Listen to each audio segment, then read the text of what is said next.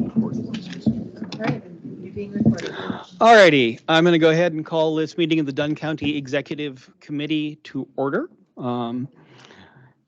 We will begin with the call of the roll, which is, I believe, everybody but Jim Zons, unless he's snuck in online when we weren't looking. And hopefully he'll tell us if that's the case. After that, approval of the minutes. I would entertain Supervisor Steen. I'll need a second for that. Supervisor Calabrese seconds. Any discussion of the minutes? All right, hearing none. All in favor? Aye. Aye. Any opposed? Motion passes. Minutes are approved. Public comments. Do we have anyone from the public who wishes to address the committee? Please come up, state your name and address, and you get 3 minutes.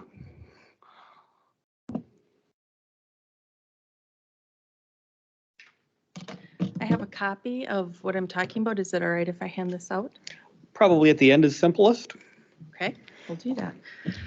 Good afternoon. My name is Kelly Jo Hayes and I reside in Otter Creek Township of Dunn County. Today I am submitting a resolution placing a moratorium on the placement of refugees in Dunn County. In the interest of time, I will only highlight the intent and qualifications of the resolution and ask you to keep these 3 points in mind. Has Dunn County been consulted? Do you recognize that Dunn County is within the 100-mile placement radius? And what burden will this place specifically on Dunn County education system, both primary and secondary? The resolution calling for a moratorium on refugee resettlement under the Refugee Act of 1980 within the County of Dunn is needed because the County of Eau Claire has been designated a federal refugee relocation city by Eau Claire City Manager and World Relief. And the County of Dunn falls within the 100-mile placement radius of the relocation city. The Refugee Act of 1980 states that the local voluntary agency activities should be conducted in close cooperation and advanced consultation with state and local governments.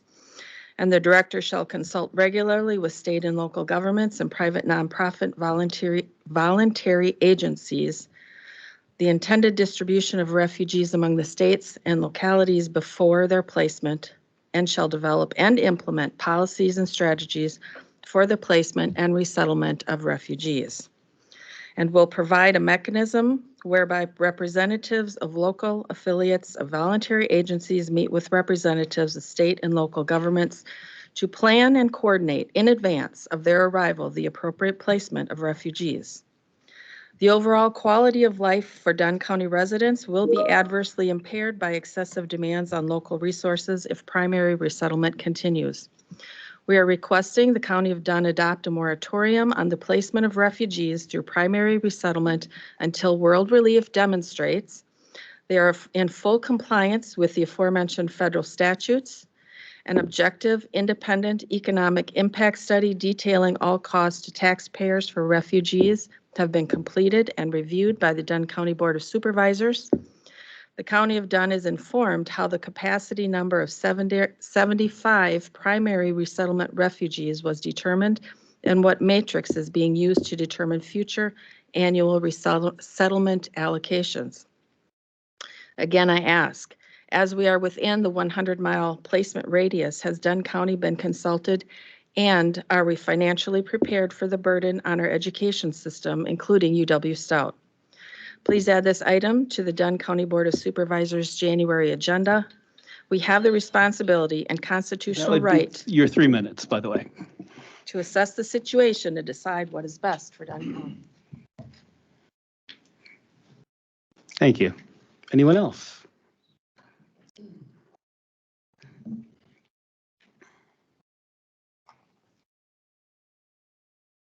Joyce Euler, Menominee.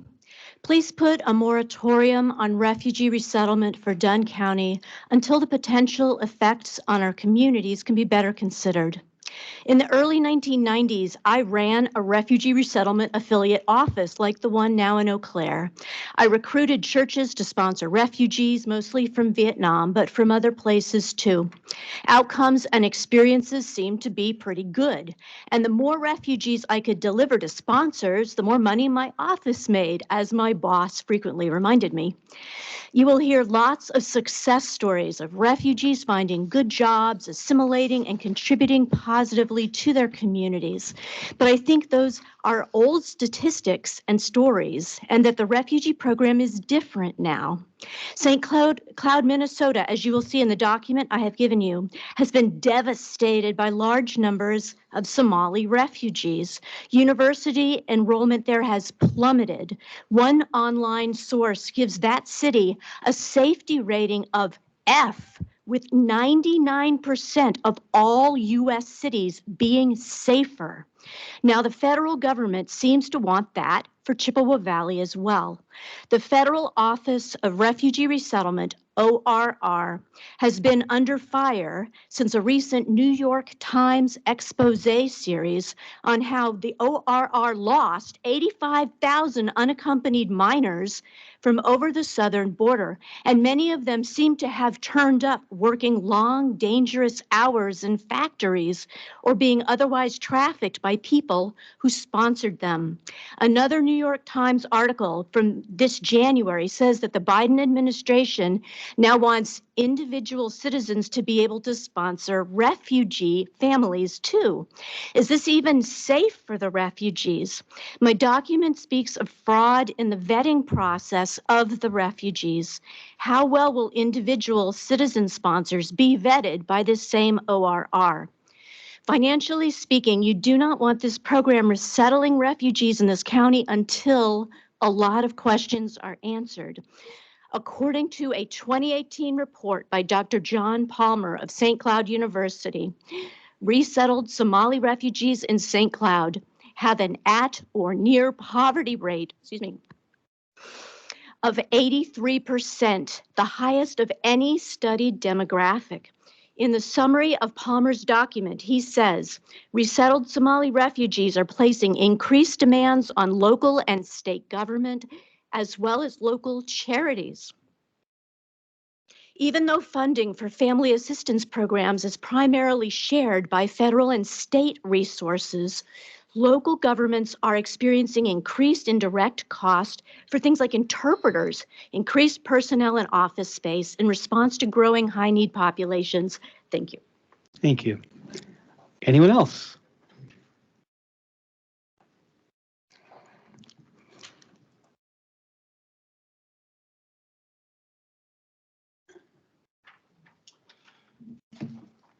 Good afternoon. My name is William Otfall.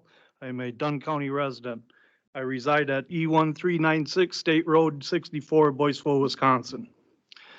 Dunn County is within the 100-mile radius of World Relief's Eau Claire office. Refugees can be placed anywhere inside the 100-mile radius. The past few months, there has been much discussion by the county board concerning the lack of affordable housing in Dunn County. Is Dunn County prepared for the strain on the housing market if 75 refugees are placed in Dunn County? World Relief assists the refugees for only 90 days. One of the ways they assist them is by enrolling them in every government assistance program available. A refugee is considered to be self-sufficient if they are able to sign up for and receive the benefits of these programs.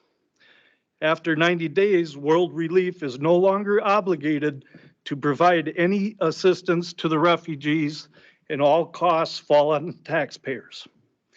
Housing, food, heat, education, police and sheriff's departments, court system, transportation, medical, dental, translators, the list goes on. The county and its taxpayers will be forced to deal with the added strains and costs of various departments. Are the public schools prepared and funded to deal with language issues? I hope that our county health department has done a very detailed analysis of the medical needs of the refugees and how it affects our health and healthcare system in our county. The health department was very concerned about everyone's health the last few years, so I would certainly expect they will show the same amount of concern in relation to this. Our hospitals and clinics are already struggling. Surely the county health insurance program will be impacted, along with myself and every resident of Dunn County. Please carefully read 8 U.S. Code Section 1522. It is very important. Local governments are supposed to be consulted with to determine if refugee resettlement is in the best interest of the local communities that could be impacted. This is to give the communities the time and opportunity to examine how budgets and resources would be affected. Have any of you been involved or been in close cooperation or had advanced consultation with World Relief? Without involving local government in this process, it really boils down to taxation without representation. 8 U.S. Code Section 1522 has not been followed by World Relief. I strongly urge all of you to fully educate yourself on the refugee resettlement plans that will affect Dunn County and to adopt the resolution for a moratorium on refugee resettlement in Dunn County. Thank you. Thank you. Anyone else?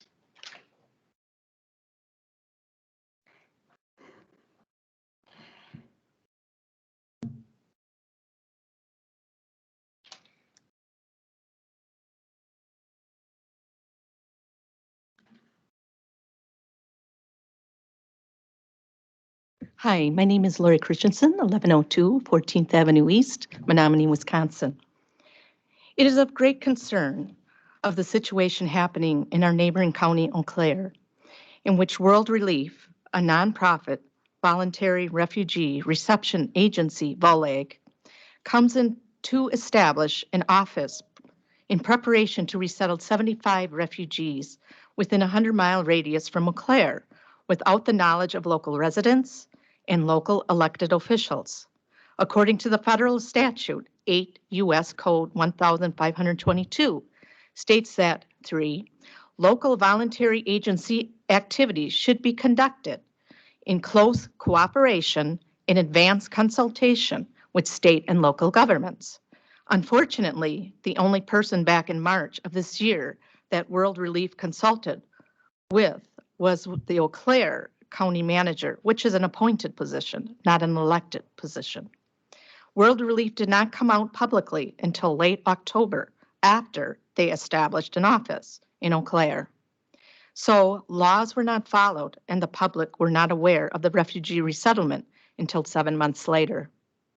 World Relief receives federal funding and efforts of the resettlement of the refugees and is in affiliation with the United Nations. After 90 days of helping the refugees financially and in finding employment, shelter, and making sure basic needs provisions are being met, the local government body, along with the county taxpayers, end up supporting the refugees for the long haul. This will put a huge toll on the financial infrastructure, not only in Eau Claire, but the surrounding counties as well. 75 sounds like a small number until you put into play the reunification program, where they reunite their family members and relatives into the area where they reside, which could be in the hundreds, even the thousands. That will add stress to an already scarce housing market in many counties, which includes Dunn. I was personally looking for temporary shelter for a single mom with an infant and teenage daughter, with no vacancies in sight, only to end up on the waiting lists. We have a homeless population to contend with in Dunn that needs to be resolved before giving any kind of support to refugees. We need to take care of our own residents that reside in Dunn County before taking care of the world. This will cripple Dunn County homeowners with higher property taxes, which frankly is too high already. This could lead to more families being pushed out of their homes, adding to the homeless population in Dunn. A possible influx of refugees coming into Dunn County could very possibly implode our financial infrastructure and our capabilities to serve anyone in the county. Remember, we are already over $30 million in debt. This is unsustainable with the lack of housing, a homeless population that needs to be addressed and resolved despite the new homeless shelter that opened up at Stepping Stones. We still have a long way to go to meet the needs of those seeking shelter in our county. And the homeowners in Dunn County are already feeling it financially with high property taxes and inflation at their door. Let's use common sense and take care of our own backyard first before taking care of other backyards. Lastly, we need to have a strong county government that is principled and that can protect our residents from the federal overreach. Respectfully submitted, Lori Jean Christensen. Thank you. Thank you. Anyone else?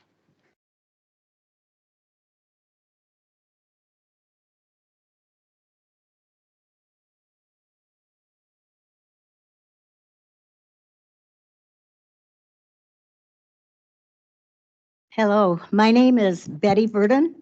I've lived in Menominee since 1955. I've got a dad and a mom that were on county board, on city council. I've been in a lot of different situations for many years. I am totally against the refugees coming until we know more, we have more facts to know what's it going to cost? What is the future for us? As of right now, they're not telling us anything. They're just kind of putting it on us as if, you know, this is so good for all of us without giving us any of the information. So I know Faribault, Wilmer, St. Cloyd. I've got family and relatives in Minnesota, and they've told me how I see you, Vaughn. I guess, you know, people have known us for years. Anyway, I really like to know more because these communities are being devastated by the taxes and the criminal things that they're seeing. So please really look at the information before you make a decision. Thank you. Thank you. Anyone else?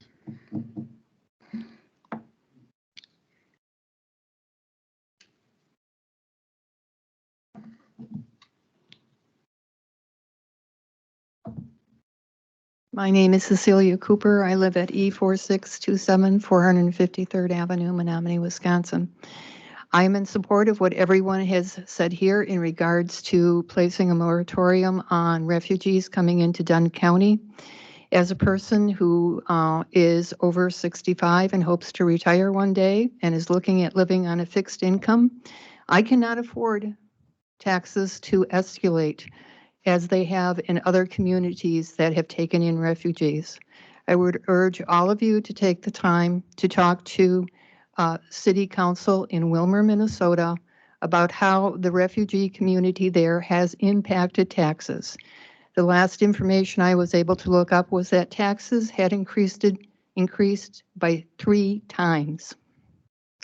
So I urge you as elected officials who represent us in Dunn County to do your due diligence and find out what the true costs of the refugee program would be to us, and to take care of those of us who have lived here, paid into the system. Take care of us first, because that is who you represent. Thank you. Thank you. Anyone else?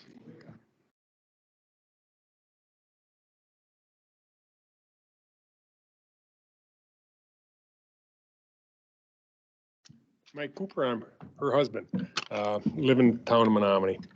I have a couple questions for you. One is, do you know how these people are going to assimilate into our society? They don't. You look at any place where the Somalis have gone, they do not assimilate. And the refugee program says you cannot work towards assimilation. They're there, and we have to work around it.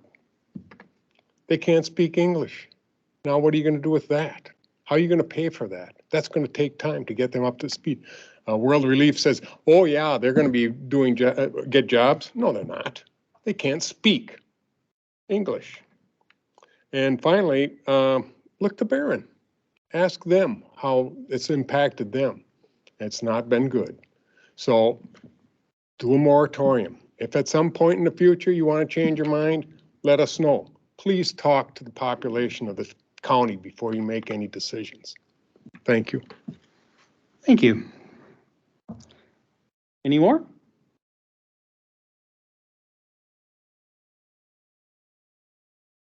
All right, seeing no one else, I will close public comment. We move on to the next item on the agenda. County Manager's Report. Chris. All right, pretty short and sweet. So I included in your packet a list of the things that you accomplished this year. I wouldn't say it's all inclusive, but it's pretty inclusive of the different initiatives and things that you did. So just think it's worth sometimes recognizing when you get whirled into the whirlwind that you're actually making strides and getting some things done. Including, which I think is probably the most important thing, supporting the work of all of the great services that are provided in our county. And that is always a continual source of amazement to me when you listen to like Rachel speak today about all the stuff that happens. And I think lots of people are unaware of those things. So thank you for that. And hope that was helpful for you to see that you did a lot. Secondly, I just wanted to tell you what the plan is. What I'm proposing be the plan for adding kind of a set of responsibilities to an existing department head or senior manager related to assistant county manager. We will bring a ordinance amendment. So Chapter 5 of our ordinances establishes the county manager position, and we'll bring an ordinance amendment to the committee on administration in a couple of weeks, and then it'll come through the process to exec and the county board. That would essentially establish those responsibilities as adjunct or add-on responsibilities to an existing department head. And it talks about that kind of the process, the pay, the some of the summary of the duties and responsibilities. And so you'll have an opportunity to weigh in on that in January. Yep. My apologies for that. It was not my intent to hold the county manager to 3 minutes. Well, that's okay because I'm pretty close. Okay. Any questions about that? So my intent, because what I've said is, I think one of the key pieces of that, those set of responsibilities will be for succession planning, whether that person assumes the responsibility of county manager or that person comes alongside whoever it is that becomes a county manager. Either which way, I think it's important that it's sort of a little different process in terms of how that's set up. So we'll take that on in the next month. A reminder that Tuesday, the 19th, this coming Tuesday, is the Jingle and Mingle for, again, department heads and key leadership staff and you at 3:30 here in this room. And then gathering after the fact at the Cancun, I believe, right? Cancun? Yep. Cancun at 4:30 if you are so interested. And then finally, under the title of A Little Goes a Long Way, I just wanted to read you a couple of responses. Andrew sent out your thank you, the board's thank you to staff. And there were 2 responses received. First, Greg Quinn replied, it was a very thoughtful gesture. It's much appreciated, and a big thanks for the support of the leadership and the supervisors. And then Sarah Olinger from the Department of Human Services said, I just wanted to share that this was an incredibly unexpected and thoughtful gesture to our employee group. Just like in many of our roles serving the public, a meaningful thank you goes a long way, and the message was much appreciated by me individually and the group I lead in human services. So Gary, thank you for suggesting that. Thank the board going along. Yeah. I think sometimes we forget how simple a simple thank you is really does go a long way. So that is all that I have. That feels almost surreal. Review of reports, resolutions, and ordinances coming to the county board from the standing committees? None. Yeah. Reports from the standing committees. Let's start with Supervisor Kinnear.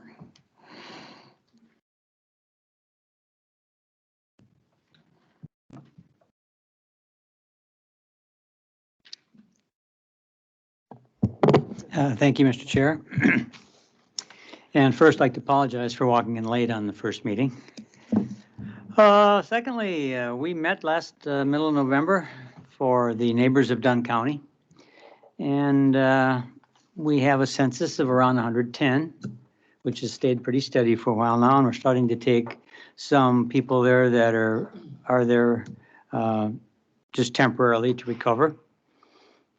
There hasn't been much for COVID. I think just one person, one staff. It's been really good. No RSV or flu for the staff. Like I said, one staff COVID, but none for the residents. Interesting, 71% of the residents have gotten their COVID booster, have chosen to do that. 81% have gotten their flu vaccine. It's interesting how they choose or not. And let's see. We're still working on getting the CNA training. And is Carmen here? Did we? There's currently a West annual survey was going on, and I don't know if it's completed. With your permission, Mr. Chair? Certainly. They just left, but it's only very stuff, so I'll give an update later. Okay. And they do extremely well. So that's what I expect this time too. Let's see, lots of holiday parties going on. And we are in the final steps of the bid process for a bus and hopefully have one in early 2024, which is pretty cool. Our next meeting is December 28th, I think. And that's it. Thank you, Supervisor Kinnear. Supervisor Vogel. So the facilities committee meets tonight at 6 in this room. So we haven't had a meeting since the last executive. We have a discussion about the youth hockey and the race leases. Because I believe the Red Cedar actually ended in 2022. So we probably need to look at that one. It was extended, right, to 2023. Yeah, it was extended through. It was extended during the COVID time in consideration of there being no racing season in 2020 and the Red Cedar Racing installing handrails in the grandstand. The lease agreement was continued for 2 additional years. Yeah, so we're going to discuss that and see what changes might be needed. All right, thank you, Supervisor Vogel. Supervisor Prochnow. Met this morning, Highway and Transit. Biggest thing is we got the bids back for County Road B. They came in just under what we were anticipating, but with all the extra costs, it will be about what we anticipated. So that was good news. Otherwise, yeah, everything's done. Haven't done a whole lot of work. They've been doing a lot of brushing, cleaning up the road ditches and stuff like that. With no snow, our budget's looking better. Good to hear. Couple trucks that we ordered over 2 years ago, we're gonna get one maybe in, well, just got it and we can get the stuff put on it. We might get it by February or March. So it's been a long time, but hopefully we get that. Transit's probably the same thing. Electric bus, 2 to 3 months out. So Yeah. otherwise, that's it. Otherwise, the next meeting is January. Thank you, Supervisor Prochnow. Supervisor Morehouse. Thank you, Mr. Chairman. Excuse me. Oh. I'm sorry. Chair McCullough, can I just add, because it fits between those two. Absolutely. So I just wanted to do an update between for facilities and a highway because it was a joint adventure. So if you'll recall, for the 2023 capital improvement plan was the potential to create a road between here and the Judicial Center. And then we changed that plan, are working with the city on a shared agreement to run the all walking bike path around and finish around the corner up to Stokey Parkway and south or north. But the highway department also upgraded what we call the field road, which runs behind the building here around and pops out just north of the Judicial Center. And it has been completed. And so if you just like want to take a ride on a rural random field road, you can drive back there and end up at the Judicial Center. Maybe that's what I'll do when I hop on my bike and head out of here. All right. I'm taking my dirt bike on. Oh. Okay, Supervisor Morehouse. Thank you, Mr. Chairman. The Health and Human Services Board last met on November 9th, which is like way out of our usual schedule, but we did that because the Human Services Department is obligated to have a public hearing on the DHS budget, which we did. There were no public comments or public testimony. So we had our usual really excellent reports from our department heads.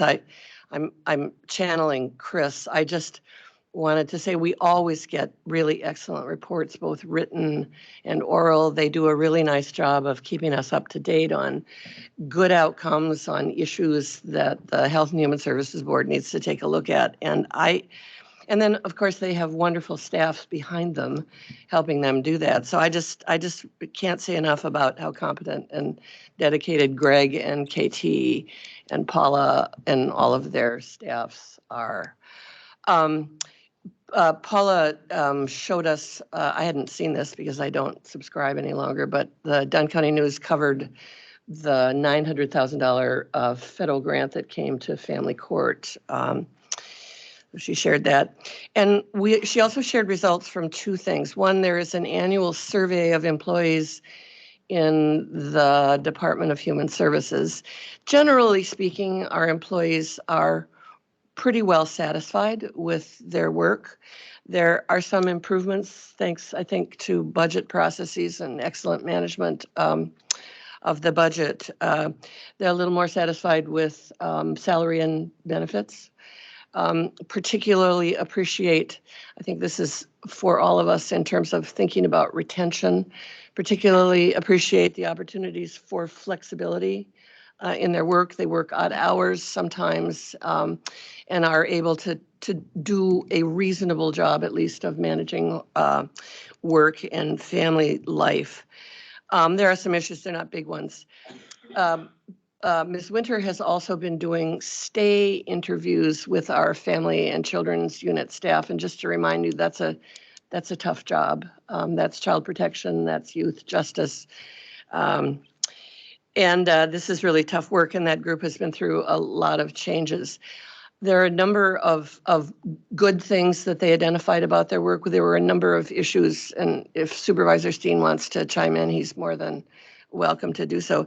There were a number of issues that seem that are sort of right on the edge of staff work and board work. But one of the issues is about safety and the need for a safety plan. These are employees who are often working at 2 o'clock in the morning. They're in their own vehicles. They're often alone. There isn't necessarily a system to make sure that there is a check-in point. Anyway, that's looking at a safety plan, I think, is an issue. There are a number of training needs that need to be met that are very difficult to do at this point because the manager's span of work is too big. So they handle crises, but they're not able to onboard and train the staff. And sort of deal with the sort of emotional and physical trauma of the work as well as they should. So those are kinds of things that the Health and Human Services Board and the staff are looking into and talking about. And we meet again on the 28th of December. Thank you, Mr. Chairman. Thank you, Supervisor Morehouse. Supervisor Calabrese. Thank you, Mr. Chairman. The Judiciary and Law Committee met in here on November 27th. It was another brief meeting, and the brevity of the meetings does not reflect all the great work that all the departments do every minute of the year, some of them. And we considered the legislative agenda, and both items from Judiciary and Law last year were successfully adopted by the legislature, or the district attorney's office received higher pay for starting assistant DAs, and child support got more funding. So, and we added nothing to the legislative agenda. And the next meeting is on January 22nd. Thank you, Supervisor Calabrese. Supervisor Headland. Thank you, Mr. Chair. The admin committee itself did not meet since our last executive meeting. However, I thought our housing authority that I also chair the Board of Commissioners on had their annual meeting at last month, and just a few highlights of what the county gets for that program. There are two main programs that we administer for the county. One is the Family Self-Sufficiency, or FSS, program, and the other is a Section 8 or Housing Assistance Program. Our director operates both of those programs and also assists through WestCap with the training and programs that go on in St. Croix County. We have right now 5 families enrolled in the Family Self-Sufficiency. They receive a deposit based on basically as they get a job and they go over budget to in a sense to retain the same amount of assistance. If they then are paying that difference themselves, a matching amount of what they pay goes into a savings account for them. And they have up to 5 years to complete the program or just get to the point where they would basically finance themselves out of the program. Obviously, that's the whole purpose. And that program is going very well. We're averaging around $1,400 a month going in for those 5. We got we don't have any cases of graduation this year to report, but we will have 1, if not 2, this coming year. We've also assisted St. Croix County in doubling the amount of families that they have under the program over there. Section 8, we are running at about 65, and we're very well, our director is very well managing, holding briefings and getting those people who qualify into housing. That is a little bit better than it's been in the past. Still not great, but we're able to do a better job. So the $46,000 that the county funds administration, part of those programs, bring back about $400,000 of assistance to families in Dunn County. And that's rural Dunn County. Menominee administers their own program, which also assists dozens and dozens of families in the city of Menominee. Our next committee administration meeting will be here, 3 o'clock on the 28th. Thank you. Thank you, Supervisor Headland. Supervisor Quinn. Thank you, Mr. Chair. The Planning, Resource and Development Committee met last on November 29th, and we'll meet again next Wednesday, December 20th. I guess that's right, yeah. We did, we went on the 6th. That doesn't seem right. We were just here, we'll be here again. Okay, I stand corrected. Still, my comments are the same. I just want to maybe draw attention to share with the committee the main discussions that are going on now in PR&D that have to do kind of with the work plan that we're going to be setting up for the coming year. One of the major things that we've been sort of started on and has kind of stalled is the rewrite of the comprehensive land use plan for the county. This kind of sets the stage for a lot of decisions about development and land use and zoning and whatever. And we need to redo that every so often. We have not done it for quite a while, so it's due. The normal way that we've done it in the past, and most counties do it, is to sort of have the committee draft, staff draft, draft plan, and then take that out to villages and towns and kind of ask them for some comments on what they think of it.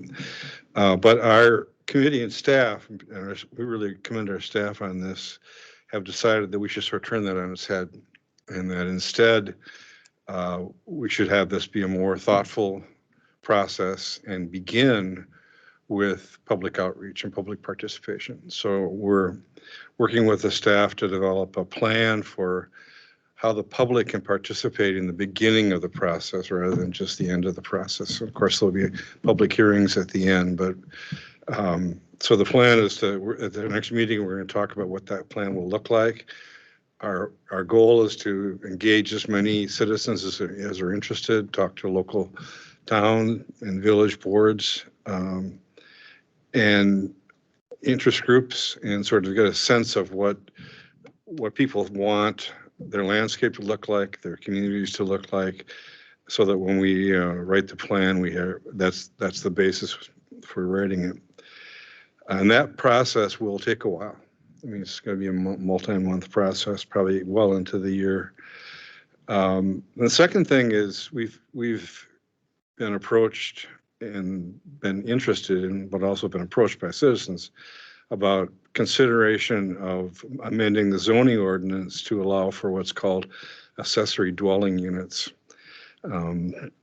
These are basically small units, either attached or detached from an existing unit on the same lot that would not be allowed under current zoning. But communities around the country are considering this as a way to expand the housing supply and provide alternatives and options for people who want to, for example, build a small dwelling that could be a house for their home, for their apartment, for their elderly parents, or for a young son or daughter, or for a relative, or whatever. But the idea that you could do that without having to go through a whole rigmarole of appeal processes and stuff. So we are going to be looking at the options for what it would look like, looking at the zoning districts and just sort of saying how would that fit into that district, looking at guidelines and conditions, and again, welcoming public input and discussion, which we've already had quite a bit of without even trying. So we're looking forward to that process. That's it. Thank you. Thank you, Supervisor Quinn. Supervisor Steen has a couple of things to add from WCA and the Rail Commission. Yes, although these are not standing committees, I serve on the Rail Commission. We were applying for a $500,000 grant so we could go on with our planning, and we were granted that $500,000 grant along with 68 other grantees across the U.S. So a total of $34,500,000 was granted to various communities, and we are we're shooting to get our piece of the $69 billion pot that the federal government has there. So hopefully our planning and our will continue to be fruitful. We'll see how it goes. So that's a huge deal that allows us to go on. Would you agree there, County Manager? Yeah, anything? And then also the Wisconsin Counties Association, we had a meeting December 8th, Wisconsin Dells, and the board meeting, they adopted the request that our legislative committee had adopted from Terry Nichols, and that was pursued by Chairman McCullough on the committee that he's on. And they approved that, and they adopted it on December 8th. So I thought I'd just report that, and thank you for having me on both those committees. Thank you, Supervisor Skeen. That concludes the report from the standing committee. Jim Dunn has joined us online. He hasn't, but he did send me a text message to say his apologies. He had was unexpectedly delayed. And please send my regards to the rest of the committee. No earth-shattering reports from CR&D committee this month. They met yesterday. Yesterday, right? Yeah, Monday, yesterday. Okay.